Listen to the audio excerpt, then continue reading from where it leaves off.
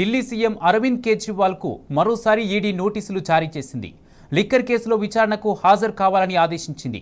అయితే కేజ్రీవాల్కు ఈడీ నోటీసులు ఇవ్వడం ఇది 5వ సారి. గతంలో 4 సార్లు నోటీసులు ఇచ్చినా కేజ్రీవాల్ విచారణకు హాజరు కాలేదు.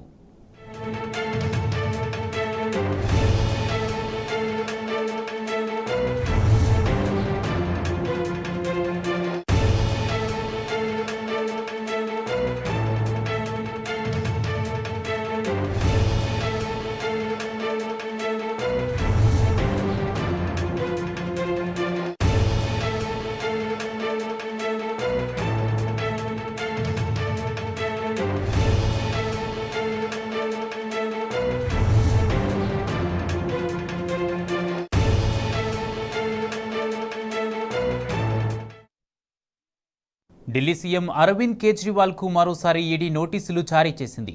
లిక్కర్ కేసులో విచారణకు హాజరు కావాలని ఆదేశించింది. అయితే కేజ్రీవాల్కు ఈడీ నోటీసులు ఇవ్వడం ఇది 5వ సారి. గతంలో 4 సార్లు నోటీసులు ఇచ్చినా కేజ్రీవాల్ విచారణకు హాజరు కాలేదు. ఇదే అంశానికి సంబంధించి పూర్తి అప్డేట్స్ మా ప్రతినిధి లివిల్ అందిస్తారు.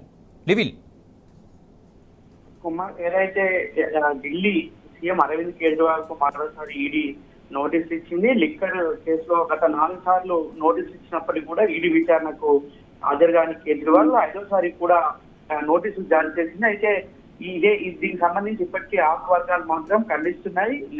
ఎంపీ ఎలక్షన్లు దగ్గర పడుతున్న కొద్దీ ప్రతిపక్షాలను ఇబ్బంది పెట్టేందుకే ఈడీలను సిబిఐలను వాడుకుంటుందని చెప్పేసి కూడా ఆపు ఖండించింది. అయితే ఈ నోటీసులపై మరోసారి ఢిల్లీ సీఎం అరవింద్ కేజ్రీవాల్ వెళ్తారా అనేది కూడా ప్రశ్నార్థకంగా ఉంది.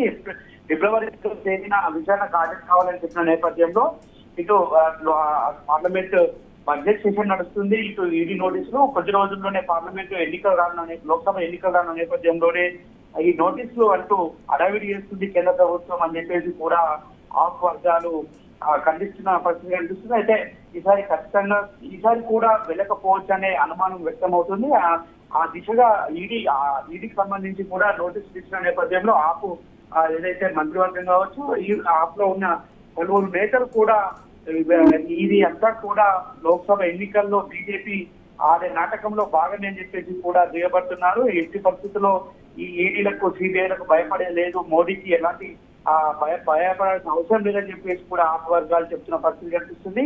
ఈ నోటీసు నేపథ్యంలో ఢిల్లీ సీఎం ఎలా స్పందిస్తారనేది ఇంకా వేచి చూడాల్సిన పరిస్థితి ఉంది. అయితే ఫిబ్రవరి 2వ తేదీన విచారణకు హాజరు కావాల్సిన నేపథ్యంలో ఎలా ముందుకెళ్తారనే దానిపై ఇక స్పష్టత రాలేదు. ఆప్ వర్గాలు మాత్రం దీన్ని ఖండిస్తున్నాయి. ఇటు ఎలక్షన్లు కావచ్చు, ఇటు బడ్జెట్ సెషన్ నడుస్తున్న